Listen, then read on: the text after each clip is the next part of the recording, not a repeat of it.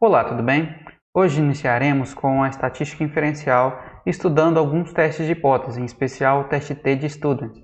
Mas para isso vamos entender o que é um teste de hipótese. Então, para que eles servem, o que são esses testes de hipótese? Testes de hipótese são testes estatísticos utilizados para aceitar ou rejeitar um valor hipotético que representa um parâmetro de uma população. Então, essa decisão nunca ela vai ser 100% correta. Por quê? Porque a gente sabe que a amostra ela é diferente da população. Tirar uma pequena amostra de uma população, ela pode representar muito bem como é o comportamento daquela população, como ela também pode não representar tão bem. E como é que funciona esse processo de amostragem? Suponhamos aqui que a gente tenha uma população qualquer, supondo de população de plantas, e a gente quer determinar qual é a altura das plantas. Então, é possível determinar que a média populacional de altura é de 40 centímetros, ou seja, o μ, que é a média populacional, é igual a 40 centímetros. Só que a gente não consegue, nós não temos capacidade de medir todas as plantas, vamos supor, de uma fazenda inteira, para determinar a média, que seria a média mais precisa. Então, a gente tem que tirar uma amostra daquela população. A gente vai lá e delimita um pedaço, tira uma amostra dessa população. A partir dessa amostra, tiramos essa amostra, a gente vai determinar qual que é a média da amostra. A média amostral, nesse caso, por exemplo, demonstrou que a altura das plantas foi de 38 centímetros. E aí, em cima desse resultado, que a gente faz a inferência estatística. Só que lembrando que o erro nunca vai ser zero. Nunca nós vamos conseguir determinar com 100% de confiabilidade qual é a altura da população inteira, porque nós não medimos toda a população. A única forma de determinar isso era por meio de um censo, como acontece no IBGE. O IBGE faz censos, ele vai em todas as casas e pergunta para todas as pessoas para determinar qual a renda, número de pessoas na família, isso é um censo. Quando se faz uma pesquisa por exemplo, de intenção de votos para político, você não faz um censo, você não vai na casa de todo mundo, você não conversa com todo mundo, não pergunta para todo mundo. Pelo contrário, você tira uma amostra da população brasileira, vocês veem lá na televisão quando aparece, foi tirada uma amostra, foi feita uma amostra de 2.000 pessoas por telefone. Então, essa é uma amostra dentro da população. Como isso é aplicado aqui no nosso meio agrícola, então? Imagine aqui, nessa área, tem uma área de soja, tem uma fazenda, qualquer situação que for, ou a soja, milho ou qualquer outra planta. E eu quero determinar, por exemplo, a altura de plantas. Eu quero determinar, por exemplo, diâmetro de cômodos ou a produtividade. Talvez seria o que os produtores ou as empresas agrícolas mais se interessam em determinar qual é a produtividade. Só que eu não consigo, novamente eu digo, nós não conseguimos pegar todas as plantas e medir a produtividade. Se a gente quer fazer uma estimativa de produtividade, nós temos que tirar uma amostra dali. Então, normalmente a gente separa, por exemplo, eu tenho lá 100 hectares e eu quero quero fazer uma previsão de qual será a produtividade dessa área. Eu separo isso em uma pequena parcela. E dessa pequena parcela, vamos supor lá que eu pego 10 por 10. Dessa pequena parcela, eu vou tirar algumas plantas. Então, eu tiro algumas informações de um montante populacional, ou seja, eu tiro amostras e determino a previsão, determino a produtividade, o diâmetro de cômodos, a altura de plantas. Então, essa é a forma que a gente trabalha. Por isso, ela nunca vai ser 100% correta, ela nunca vai ser 100% exata. E essas hipóteses estatísticas, então, é a suposição de quanto ao valor de um parâmetro populacional ou quanto à natureza da distribuição de probabilidade de uma variável populacional. Ou seja, eu posso avaliar a média ou eu posso avaliar outras coisas, como desvio padrão, a variância, esses outros parâmetros que nós analisamos na aula passada. Exemplos. A altura média das plantas do talhão é de 85 centímetros. Isso é uma média. A proporção de plantas doentes é 40%. Então, eu quero analisar, essa é uma hipótese. Eu estou fazendo as hipóteses e será que essas hipóteses são reais ou não são reais? Outra hipótese. Os tratores da marca X realizam certa atividade no mesmo intervalo de tempo. Isso são as minhas hipóteses. Então, eu tenho que tirar parâmetros populacionais. Olha lá, parâmetro populacional, plantas do talhão, plantas doentes, os tratores da marca X. Eu estou tratando de todas as plantas do talhão, eu estou tratando de todas as plantas que são doentes, eu estou tratando de todos os tratores daquela marca X. Só que lembramos que você não vai ter condições, recursos financeiros, pessoal, para analisar todas as plantas ou todos os tratores. Então a gente usa as estratégias estatísticas para tentar determinar se aquilo é representativo ou não é representativo. Então aqui que entra a estatística para poder economizar recursos e fazer previsões, fazer planejamentos, vai ajudar no planejamento. E para isso a gente tem que definir então o que são essas hipóteses, né? Tem que determinar essas hipóteses. E o teste de hipótese ele é o quê? É uma regra de decisão para aceitar ou rejeitar uma hipótese estatística com base nos elementos amostrais, ou seja, peguei as amostras e daquelas amostras eu vou ter que tirar minhas conclusões. Então, geralmente não, sempre nós fazemos ela impar. Então, uma afirmação e seu complemento, uma falsa e a verdadeira.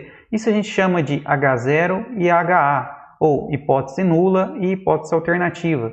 Em alguns materiais é provável que você veja como H1, mas não faz nenhuma diferença, né? H0 H1 ou H0 HA. Eu prefiro usar HA, que é a hipótese alternativa, para me lembrar que é a hipótese alternativa. Que essa 0 representa nulidade, a hipótese de nulidade. Vamos fazer um exemplo. Vamos verificar se os sabores de sorvete de morango e chocolate apresentam o mesmo valor de teor médio de glicose. Então temos aqui nessa situação 2 sorvetes, um de chocolate e um de morango. E quais são as minhas hipóteses? A primeira hipótese, que é a hipótese de nulidade, que é aquela que eu assumo que ela é verdadeira, é que a média do teor de glicose do morango é igual à média do teor de glicose do chocolate. Essa é a minha hipótese de nulidade, a hipótese 0. E a hipótese alternativa assume que a média dos morangos, da glicose de morango, é diferente da média do chocolate. Mas por que eu escolhi diferente? Eu poderia escolher outro valor? Sim, poderia. Você poderia escolher menor, você poderia escolher maior. O importante é, na hipótese nula, sempre tem que ter algum sinal de igualdade. Olha lá, menor igual, igual ou maior igual. E na hipótese alternativa, sempre tem que ter algum sinal de desigualdade. Menor, diferente, maior. Supondo que eu imagino que o sorvete de chocolate seja mais doce do que o sorvete de morango. Então, eu colocaria aqui que a média do morango é menor, escolheria aqui o menor, ao de chocolate. Geralmente, essas hipóteses elas são decididas pelo pesquisador, por você que está fazendo o teste, e você tem que pensar o que você acha, né? Qual a sua opinião. Por isso que é uma hipótese, a gente faz uma hipótese de um assunto. De acordo com essa hipótese, eu vou falar assim, ó, realmente eu imagino que segue esse caminho, eu imagino que o morango é mais doce. Se você imagina que o morango é mais doce, você vai colocar lá na sua hipótese e você vai testar essa hipótese. Mas suponhamos que você não tenha, não saiba, não tenha ideia de qual é o mais doce ou qual é o menos doce. E aí você pode usar a alternativa do diferente. E a gente divide esses testes, né, os testes de hipótese, em testes de bilateral ou bicaudal, unilateral ou unicaudal. Então, quando eu falar unilateral ou unicaudal, eu estou falando da mesma coisa. Provavelmente para frente eu vou tratar mais como unicaudal e bicaudal. Então, tanto faz também, depende da bibliografia de onde você vai tirar, de onde você vai pesquisar. Vamos assumir então K sendo uma constante pertencendo aos reais. Teste bilateral ou bicaudal. A hipótese nula, H0, ela vai ser sempre que igual, vai ter, assumindo um sinal de igual e a uma constante qualquer. Então, μ, lembrando que esse μ aqui é a média populacional. Então, μ é igual a uma constante qualquer. E a hipótese alternativa? A hipótese alternativa ela é sempre diferente. Então, a média populacional ela não é, ela é igual àquela constante, ela é diferente. Ela poderia ser menor, ela poderia ser maior. Mas aqui no caso dos bicaudais é diferente. Lembrando que essa média populacional pode ser qualquer outro parâmetro, pode ser desde o desvio padrão, a variância, ou qualquer outra coisa que você queira analisar. Nós estamos analisando a média nesse caso. E os testes unicaudais? As hipóteses que eles podem assumir são várias, né? Dependendo do contexto. O importante é que a hipótese nula, H0, sempre tem que ter um sinal de igualdade. Igual, menor igual, igual, maior igual. E aí você vai variando a hipótese alternativa. Ah, mas como que eu decido isso? Como eu disse, você decide de acordo com aquilo que você sabe previamente. Se você imagina que seja o sorvete de morango é mais doce ou menos doce, Se essa é a sua suposição, se essa é a sua intenção, a sua intuição, você vai colocar lá. Se você não tem nenhuma ideia, você coloca como diferente. A gente vai ver que o cálculo ele vai variar um pouquinho em alguma situação. Tá, e quais são os erros, né? E como que a gente determina o nível de significância? A gente vai ver o que é isso. Olha, quando eu determino uma hipótese e eu digo lá que, na verdade, o sorvete é mais doce, ou que a média da população de plantas, de altura de plantas daquela área lá da fazenda lá que a gente criou lá no começo, eu digo que é 80 centímetros a altura daquelas plantas, eu estou assumindo uma hipótese. E ó, em um teste de hipótese, sempre partimos do pressuposto que o H0 é verdadeiro. Então, eu vou assumir lá que H0 é igual a 80 centímetros. Então, eu assumi que essas plantas têm 80 centímetros de altura. E aí, o que eu vou fazer? Eu vou testar minhas hipóteses. Então, são duas conclusões que a gente pode chegar, que são duas conclusões possíveis. Primeira, a gente aceita a hipótese H0, ou seja, realmente as plantas têm 80 centímetros, ou a gente rejeita a hipótese H0, ou seja, as plantas não têm 80 centímetros. Tem mais ou tem menos? Depende de qual a sua hipótese alternativa. E aí vem a segunda parte. Se a gente está aceitando a hipótese H0, automaticamente a gente rejeita a hipótese alternativa. Certo? E se a gente rejeita a hipótese H0, automaticamente a gente aceita a hipótese alternativa. Então esse é o jogo das hipóteses que a gente faz. Se a gente aceita uma, a gente rejeita a outra. Vamos para um outro exemplo. Imagine que eu tenho uma moeda, e uma moeda lá eu posso jogar cara ou coroa, e vamos fazer um exemplo de uma moeda viciada. Uma moeda viciada como se fosse uma moeda de mágico, né? Que você aposta sempre cara ou coroa e ela tem muito mais probabilidade de cair cara ou de cair coroa, depende de como ela está desbalanceada. E aí, se eu suspeito que essa moeda realmente é viciada, eu vou falar para você, não, peraí, se essa moeda é viciada, quer dizer que o H0 que eu estou testando, que eu assumo que seria o verdadeiro, ela é igual a 50%. A probabilidade, P aqui, é igual a 50%. Mas a hipótese alternativa, eu assumo que não, que essa não é 50%. Ou é mais ou é menos, que eu sei que essa moeda é viciada. Eu não sei qual ela está caindo mais, mas ela não está caindo 50%. Então, essa é uma forma que a gente vai fazer uma montagem de hipótese. E essa é a minha afirmação. A minha afirmação é que realmente essa moeda ela é viciada. Ela não tem 50% de chance de cair ou cara ou coroa. Nós temos dois tipos de erros principais. Vamos supor na decisão em que eu rejeitei H0. Se eu rejeitei H0 e, na verdade, a realidade, o H0 era verdadeira, suponhamos lá no teor de açúcar do sorvete. Se eu assumir que eles eram iguais no H0 e no meu teste estatístico, lá quando eu fiz o meu teste estatístico, eu rejeitei. Ou seja, eles não eram iguais, segundo o meu teste estatístico, deu que eles eram diferentes. Só que, na verdade, eles eram iguais. Na realidade, eu errei, a minha estatística ela tem um erro. Como eu disse, ela nunca vai ser 100%. Aí eu incorro no erro tipo 1. Esse é o erro que a gente trabalha, é o erro alfa. Então, toda vez que eu rejeitar H0 sendo H0 verdadeira, é um erro tipo alfa. E como que eu sei isso? A gente não sabe, por isso que a gente assume um valor determinado de alfa. Qual a outra situação? A outra situação é quando eu aceito o H0 e, na verdade, o H0 era falso. Se o H0 era falso e eu aceitei, eu incorro no erro tipo 2, que é o tipo beta. Então, esse erro é um erro que a gente não controla. Nós só controlamos o erro tipo alfa na estatística. Mas não se preocupe que a gente não vai precisar ficar lembrando disso o tempo inteiro. A única coisa que você vai lembrar é que alfa é o que você controla e alfa é o que você determina. Eu quero tantos por cento de significância, eu quero mais, eu quero menos. Então, alfa é o que a gente mexe. O beta a gente não vai ver mais daqui para frente. Então, ó, erro tipo 1, rejeita H0, sendo H0 verdadeiro. Probabilidade alfa. Erro tipo 2, aceita H0, sendo H0 falsa. Probabilidade beta. E o nível de significância? É justamente o alfa. O nível de significância de um teste é a probabilidade máxima permissível para cometer o erro tipo 1, portanto, é igual a alfa. Então, geralmente, a gente escolhe em experimentos agrícolas um alfa de 5 ou de 1%. Se eu quero um teste mais rigoroso, se eu quero ter certeza que aquela hipótese que eu propus, ela realmente está certa, e quando eu fiz o teste estatístico, o resultado saiu certo, a minha conclusão vai sair certa, eu aumento o rigor, eu diminuo o nível de significância, ou seja, eu diminuo o valor do erro. Eu coloco um erro de 1%. Agora, se eu posso assumir de 5%, Então eu coloco 5%. A maioria vai utilizar 5%. Alguns casos, 1%. Muito raramente, 10%. Isso aqui é interessante porque quando às vezes vamos em algum evento científico não, mas mais evento de empresa, né? Evento profissional, a empresa está fazendo alguma apresentação. E é importante que nós nos atentamos lá para a apresentação, para os colaboradores, os funcionários da empresa estão mostrando os produtos, fizeram uma pesquisa dentro de um campo experimental. E aí é a hora que a gente tenta pegar alguma esperteza de algum desses representantes. Por quê? Quando a gente olha lá debaixo da tabela e quando ele demonstra um produto dele, o resultado de uma pesquisa do produto dele, fala que o produto dele é muito melhor do que o do concorrente. E afirma isso com base em estatística, em testes de estatística.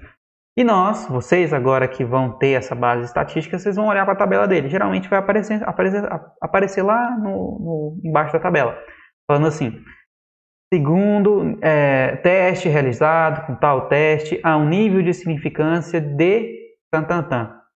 Aí que é a importância. Se ele coloca lá 10%, ele está assumindo maior probabilidade do erro tipo 1. Ou seja, talvez os resultados que ele chegou lá, essas conclusões que ele está afirmando, não existiriam com uma estatística lá mais rigorosa. Então, se aumentasse isso para 1%, né, se eu diminuísse o nível de significância para 1%, talvez o produto dele não teria diferença com o produto do concorrente, ou mesmo seria igual. Então, lembrando, nós só controlamos o erro alfa. O erro beta nós não temos controle sobre ele, então a gente nem se preocupa com ele de agora para frente. A gente só vai falar em nível de significância, que é o alfa. E aqui é uma outra forma que a gente pode analisar como que o erro e o nível de significância se relacionam. Olha, isso aqui é um resumo daquela tabela que eu já tinha apresentado. Se eu altero o alfa, coloco o alfa lá bem pequenininho, bem próximo de 1%, eu vou fazer o que com a chance do erro tipo 1? Eu vou diminuir a chance do erro tipo 1. E a chance de eu rejeitar H0 vai dificultar. Por isso que eu disse lá naquele pesquisador ou naquele funcionário da empresa, colaborador de uma empresa, que se ele estava tentando manipular os dados, essa é uma forma de manipular a estatística, é justamente isso. Se eu altero esse nível de significância e eu coloco um nível de significância mais ou menos rigoroso, eu consigo determinar lá, talvez eu digo que o meu produto ele é igual ao outro, mesmo ele não sendo. Ou pelo contrário, né? Ou eu falo que o meu é melhor ainda do que o outro, mesmo ele não sendo. Ou seja, mexo no alfa, se eu coloco lá, sai de 5, fui para 1, ficou mais difícil eu rejeitar H0. Ou seja, ficou mais difícil eu achar diferença entre os meus tratamentos. E a chance do meu erro tipo 1, que é o erro que a gente controla, diminui também. Mas a chance do erro tipo 2 aumenta. Mas lembra que o erro tipo 2 é o beta. É um erro totalmente aleatório. Nunca vamos fazer um experimento que tenha 100% de verdade, que apareça 100% de confiabilidade. Isso não existe. Sempre vai existir um erro que é o erro aleatório. E esse erro a gente chama de erro tipo beta. Um desses erros é a aleatoriedade implícita de qualquer experimento. Então, nunca vai ter um experimento 100% de confiabilidade. Ele sempre tem alguma divergênciazinha, um pequeno erro. E a gente chama esse erro, no caso é o erro que a gente consegue controlar, é o erro tipo alfa. Então, se eu aumento o alfa, eu passo de 1 para 5%, a chance do meu erro tipo 1 aumenta. Se a chance do meu erro tipo 1 aumenta, fica mais fácil de eu rejeitar H0. E aí, se fica mais fácil de eu rejeitar H0, eu posso dizer que coisas são diferentes, mesmo elas sendo iguais. Um outro parâmetro que a gente vai utilizar é o p-valor. Em alguns programas estatísticos que nós utilizamos, vai sair esse resultado de p-valor. E aí, esse p-valor, também conhecido como nível descritivo, é o menor nível de significância para o qual se rejeita a hipótese nula. Ou seja, rejeita H0 quando o p-valor é menor do que alfa. Se o p-valor então for menor ou igual a alfa, eu vou rejeitar aquela minha hipótese nula, que é a primeira hipótese, a hipótese de nulidade, H0. Se o p-valor for maior do que alfa, eu aceito a hipótese nula. Geralmente os programas estatísticos já vão fazer isso e já vão rodar alguns dados, já vão rodar os testes que a gente pedir. Alguns programas estatísticos vai te sair esse p-valor, você consegue comparar. Por enquanto a gente não vai utilizar ele. Quanto menor o p-valor, mais evidências de rejeitar H0. Isso daqui é uma coisa que é importante, que a gente vai utilizar muito ainda para frente. A gente vai analisar muito esse p-valor. Se o p-valor for bem pequenininho, a chance de rejeitar H0 é muito grande. E quanto menor ele é, mais certeza eu tenho para falar que o meu experimento foi feito e está correto? Um teste de hipótese é montado com valor alfa pré-fixado. Lembra que eu falei que eu vou escolher o meu valor de alfa? O valor de nível de significância eu posso escolher 1%, 5%, como eu disse nos exemplos anteriores. E é importante lembrar o quê? Se eu estou rejeitando H0, eu estou aceitando a hipótese alternativa. Não pode esquecer isso, que uma coisa está diretamente relacionada à outra. Eu aceito H0, eu rejeito a hipótese alternativa. Outro parâmetro que nós vamos estudar é o gráfico da distribuição amostral. Lembra lá do gráfico da distribuição normal, lá do desvio padrão? Então, esse aqui é o mesmo gráfico também. A diferença agora é que nós achuramos uma área aqui. O que será que é essa área, né? Agora falamos do unicaudais e bicaudais, certo? E essa área é justamente o nível de significância. Quando eu determino uma área toda abaixo dessa curva aqui, essa área seria o 100%. Aqui estão 100% dos meus dados, ou 100% da probabilidade. E eu determino agora que meu alfa, meu nível de significância, ele vai ser 5%. Então 5% é a chance que eu tenho de errar. E os restantes que me sobra é 95%. E a gente chama essa distribuição, essas áreas aqui, lá onde está esse alfa, a gente chama ela de região crítica.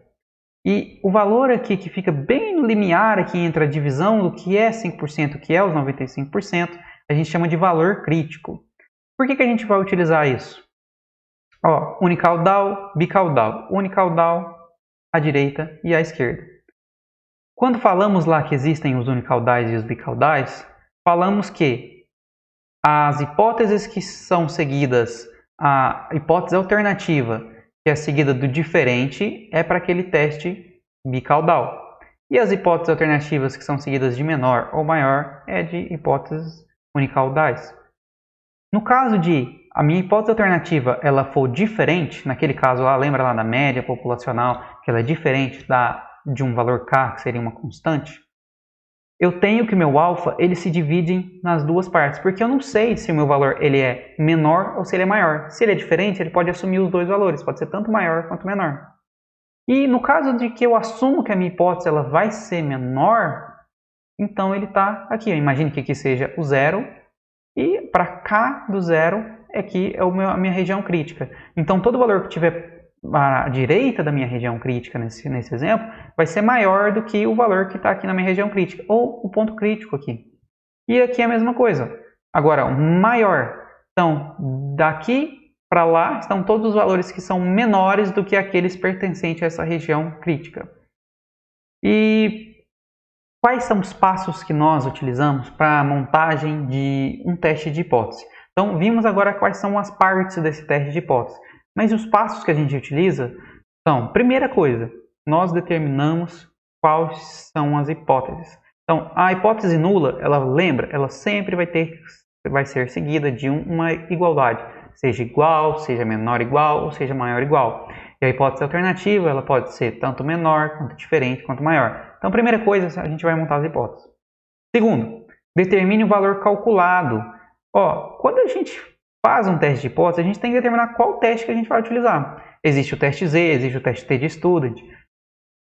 Hoje, nessa aula, nós vamos ver o teste T de student.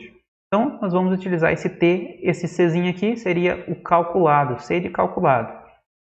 Então, utilizando a fórmula do teste, cada teste tem uma fórmula matemática, uma equação matemática, nós determinamos qual é esse valor de T calculado. Depois disso, a gente vai criar aquele gráfico lá da distribuição amostral de acordo com a hipótese alternativa e marcar a região crítica, certo? Determinei aqui e vou marcar onde está a minha região crítica. Quarto passo, obtenha o valor crítico. Qual é o valor crítico lá? Onde fica o limite da minha região crítica? Ele é tabelado. Tanto para o Z, para o teste Z, ou tanto para o teste T, ou para outros testes, teste F também, ele vai ser um valor que a gente vai buscar em uma tabela. Eu vou demonstrar como que a gente vai buscar nessa tabela. Então, de acordo com o nível de significância, o alfa, utilizando a tabela de distribuição correspondente ao teste, por exemplo, o teste T de student, marque o valor no gráfico. Então, esse valor crítico sai de uma tabela. Depois de marcar o valor, eu vou marcar o valor calculado. O valor calculado é aquele lá que a gente acabou de fazer nos passos anteriores. Após isso, eu vou concluir o teste. Como que eu concluo esse teste? Olha, Se o valor calculado pertence à região crítica, RC, então eu rejeito H0. Se o valor calculado não pertence à região crítica, então eu aceito H0. Essas são minhas formas de conclusão. Tá, e aí eu vou interpretar com palavras essa conclusão. Como isso? Ó, ao nível de 5% de significância, usando o teste T de Student, podemos afirmar que essas hipóteses são iguais, ou que a hipótese A ela foi aceita. E aí você fala de acordo com a hipótese, né? O que era? Que o sorvete de morango é mais doce que o sorvete de chocolate, por exemplo, isso. Quais exemplos, então, de testes de hipótese que nós vamos trabalhar hoje? Teste T de Student. Esse é o que a gente vai trabalhar hoje. Ele é indicado para amostras com até 30 elementos. E existem duas aplicações para esse teste T de Student. Ele pode ser utilizado para uma média populacional ou para duas médias populacional. Na aula de hoje a gente vai parar até uma média populacional. Essa é a equação que utilizamos. Ó, T calculado é igual a média amostral, lembra do X, menos a média populacional, dividido pelo desvio padrão, dividido pela raiz quadrada do tamanho da amostra, os valores observados. E de onde tiramos aquele valor que é o valor tabelado, lembra? Para testes bicaudais temos uma tabela, para testes unicaudais temos outra tabela. E aqui eu vou olhar, ó, eu tenho aqui número de grau de liberdade e aqui a minha probabilidade do teste.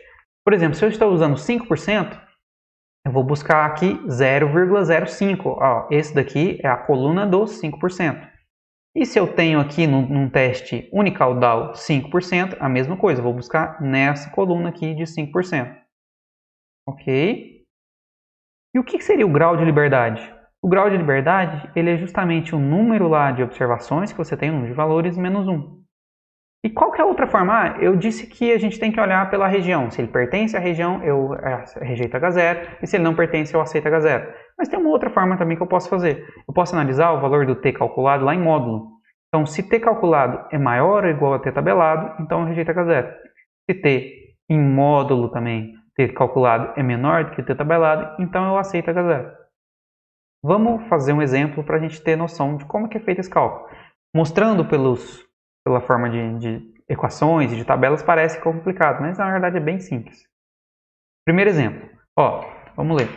Os registros dos últimos anos de um colégio atestam para os calouros admitidos uma nota média de 115 num teste vocacional. Para testar a hipótese de que a média de uma nova turma é a mesma das turmas anteriores, retirou-se uma amostra de 20 notas, obtendo-se média de 118 e desvio padrão de 20. Aqui já deu desvio padrão, já está mais fácil. Admita um nível de significância de 5% para efetuar o teste. Vamos lá para o teste, então? Iniciando, então, no exemplo 1. Exemplo 1. Vamos anotar primeiro os dados que ele nos dá. Ele me disse que é para mim usar um alfa de 5%. Então, já vai me direcionar na tabela. Qual tabela usar, qual coluna da tabela utilizar, certo? O que mais que ele nos deu? Ele nos deu também que o número utilizado lá de repetições, de amostras, de quantas pessoas que ele entrevistou, foi de 20. Entrevistou, no caso, são os alunos, né? O número de alunos. E a média da nota desses alunos, a média amostral, 118. Ele também me dá o desvio padrão é igual a 20.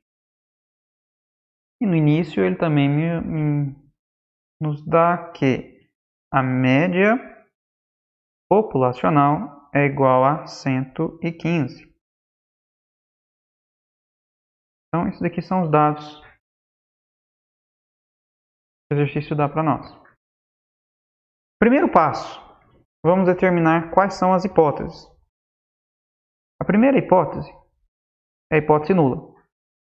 A hipótese nula, eu vou assumir que é o que ele me dando. Ele está me dando que a média populacional é 115. E a hipótese alternativa, eu não sei se a média ela é maior ou se ela é menor, mas eu quero descobrir. Então, eu vou falar que ela é diferente. Ah, mas eu não poderia ter utilizado menor ou maior? Nesse caso não, porque quem dita para a gente é justamente o exercício ou você. Né? Se o exercício fala, se é um problema que você criou, você vai dizer. Agora, se o exercício me diz assim, ó, são maiores, são menores. Então, dependendo de o que o exercício me fala, eu vou colocar aqui. Se ele me dissesse que é menor, eu testarei que é menor. Mas como ele não me disse nada, eu assumo que são diferentes. Próximo passo é calcular o valor de t. Então, o valor de t calculado vai ser igual a média amostral menos a média populacional dividido pelo desvio padrão dividido pela raiz de n. E eu sei que isso daqui é 118 menos 115 dividido por 20, que é o desvio padrão que ele já me deu, e a quantidade de pessoas também 20. Então eu tenho que o meu t calculado é igual a 0,671. Esse é o valor do t calculado.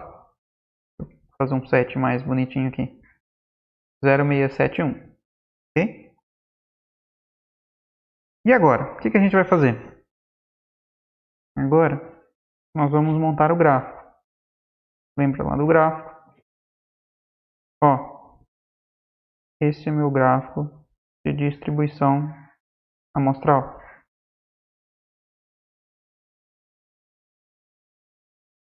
Aqui eu tenho 0. Eu disse que ele é bicaudal, então eu tenho que metade do alfa está de cá e metade do alfa está de lá. Então, 2,5% e 2,5%. Por que 2,5%? Porque o alfa é 5. 2,5%. O que mais que ele me deu? Eu quero determinar qual que é o T crítico, né? O T crítico, que a gente sabe, ele é analisado pela tabela. Só que para a gente olhar na tabela, a gente precisa determinar qual é o grau de liberdade. O grau de liberdade vai ser igual a 20, que é o N, menos 1. Grau de liberdade é igual a 19. Vamos para a tabela então? Ó, estamos aqui agora na tabela. E a tabela, essa é uma tabela monocaudal. Então a gente tem que ter atenção de na hora de escolher qual tabela que é a certa. A gente sabe que aquele teste que a gente está fazendo, o exercício que nós estamos trabalhando, ele é um teste bicaudal. Então a gente tem que vir na tabela bicaudal. E eu também acabei de determinar que o grau de liberdade lá é 19. Se o grau de liberdade lá é 19, então tá nessa linha aqui. Tá, e qual coluna que eu vou escolher? Eu vou escolher a coluna dos 5%. Aqui eu vou achar a coluna de 5%. Então é essa coluna. Eu vou só interceptar a linha com a coluna. Então o valor que eu estou procurando é justamente esse aqui, 2,093. Se eu determinei então, eu descobri que lá T tabelado é igual a 2,093. Esse T tabelado ele vai me falar qual que é o limite aqui então, onde está o ponto crítico, 2,093. Então, isso é meu ponto crítico. E onde eu coloco lá meu t calculado? Lembra lá que o t calculado, ele deu um valor de... O t calculado deu 0,671. O meu t calculado deu 0,671. Ele está onde aqui? Ele está dentro da área ou ele está fora da área? Ele é menor, né? Porque ele não é menor do que 2,093. Então ele está por aqui assim. Então por aqui assim vai estar o meu t calculado, que é igual a 0,671. Então esse valor está aqui. Então qual que é a conclusão que nós chegamos? Nós chegamos na seguinte conclusão. Se o meu t calculado não pertence à região crítica, então eu vou fazer o quê? Eu vou aceitar H0. Se eu aceito H0, automaticamente eu vou rejeitar a hipótese alternativa. E lembra-se que a nossa hipótese A0, né, H0, era que a média é igual a 115. Chegando na parte da conclusão, como que eu vou concluir então esse teste, né? Esse exercício? Eu posso concluir ele assim.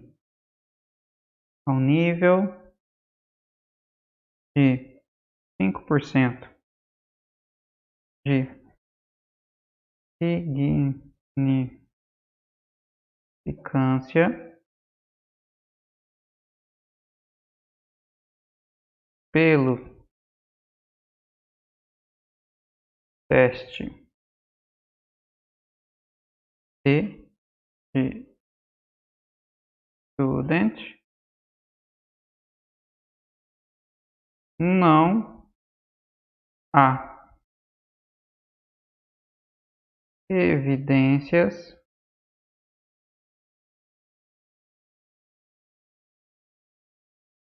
para se afirmar que a média mudou. Essa é uma forma que a gente pode concluir. O que é importante eu destacar aqui? Eu destaquei aqui a significância e qual teste que eu utilizei. Usamos a 5% de significância pelo teste T de Student. E o que não tem evidência? Né? Não tem evidências para se afirmar que a média mudou. Então aqui eu poderia falar simplesmente que aceitei H0. Né? Ok, se eu não sei o que é H0, né, para quem está lendo só a conclusão de um estudo, não vai falar que você aceitou ou rejeitou H0. Tem que falar o que o H0 representava. Finalizamos o primeiro exemplo, vamos para o segundo exemplo. Vamos ler. Em indivíduos sadios, o consumo renal de oxigênio distribui-se normalmente em torno de 12 centímetros cúbicos por minuto. Deseja-se investigar, com base em 5 indivíduos portadores de certa doença, se esta tem influência no consumo renal médio de oxigênio. Os consumos medidos para os 5 pacientes foram 14,4, 12,9, 15, 13,7 e 15,13,5. Qual a conclusão ao nível de 1% de significância? Então, agora é importante, ó. Alterou a significância agora. Então a gente vai olhar na tabela em uma outra coluna. Vamos iniciar então o exemplo 2. Exemplo 2. Primeiro, vamos anotar quais valores o exercício nos deu. Ele nos deu a média populacional, dizendo que era 12. Eu não vou me preocupar agora com a unidade. E ele nos deu a média amostral. Nos deu a média amostral? Não, mas a gente pode calcular. Qual que é a média dos valores, né? E eu tenho 14,4 mais 12,9 mais 15,0 mais 13,7 mais 13,5 e eu divido todos esses valores por 1, 2, 3, 4, 5, eu vou chegar em um valor de média amostral. E essa minha média amostral, 13,9. Essa é a minha média amostral. O que mais que ele me deu lá? Os outros valores que eu preciso é o meu valor, o número de observações. Eu já falei aqui que ele nos deu 1, 2, 3, 4, 5 observações. Então, 5 observações. Só que para jogar lá na equação do t calculado, lá do t de student, eu também preciso de um outro fator que é o desvio padrão. Para determinar o desvio padrão, eu tenho que fazer a variância. Mas antes disso, vamos escolher quais são, determinar as nossas hipóteses, né? Para manter o mesmo linha de raciocínio de sempre. Hipótese nula. Ele me deu uma média amostral. Ele me deu os valores, eu calculei a média amostral. Ele quer saber se essa média amostral ela é diferente da minha média populacional. Se ele não me falou que essa média ela tende a ser maior ou tende a ser menor, então simplesmente eu coloco que ela é diferente. Diferente do que a média populacional.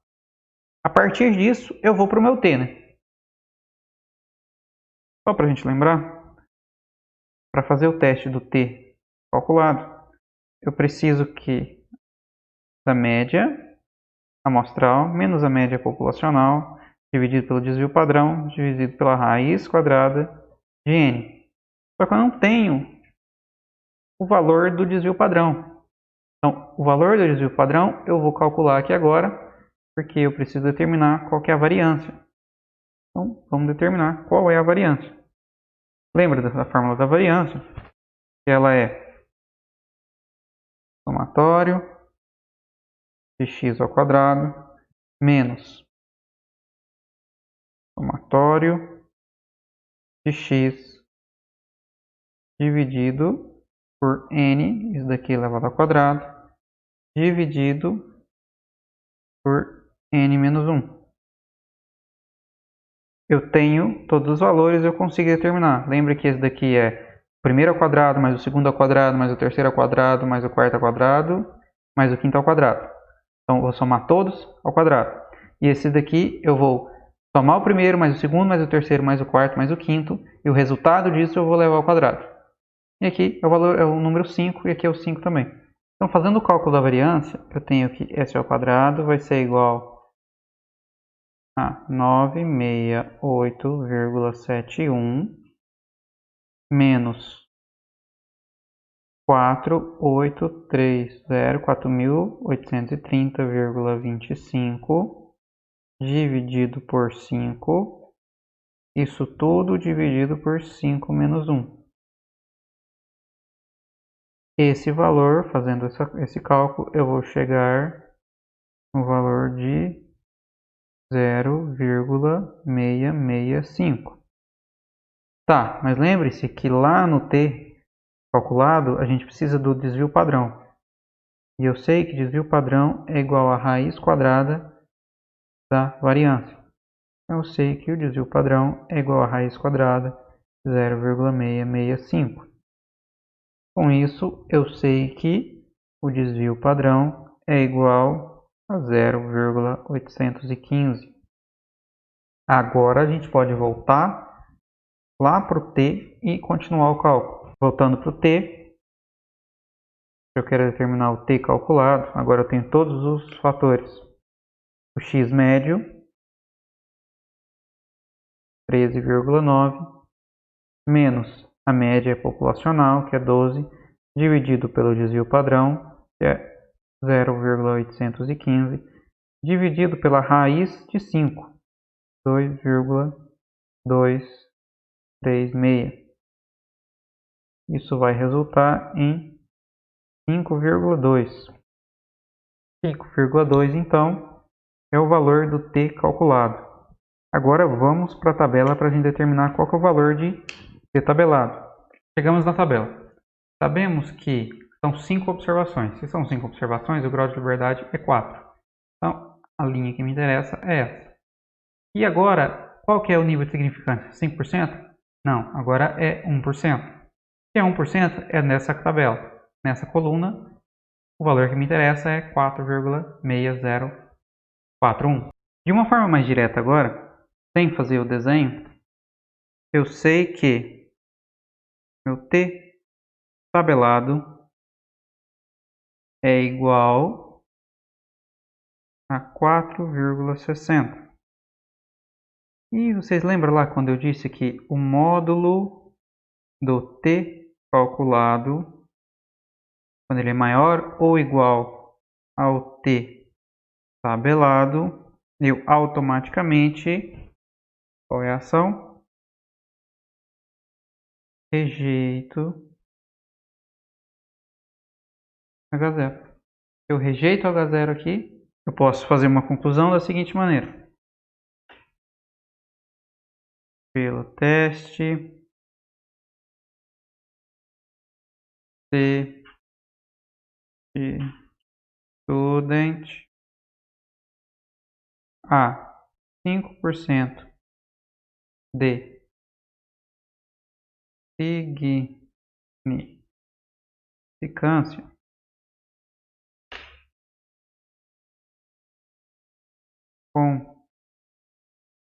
conclui-se que a doença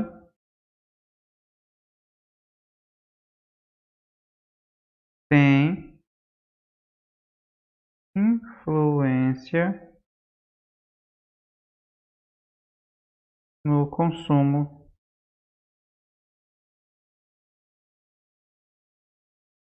médio renal de oxigênio. Assim, então, a gente chega ao fim de mais uma aula. Até a próxima aula.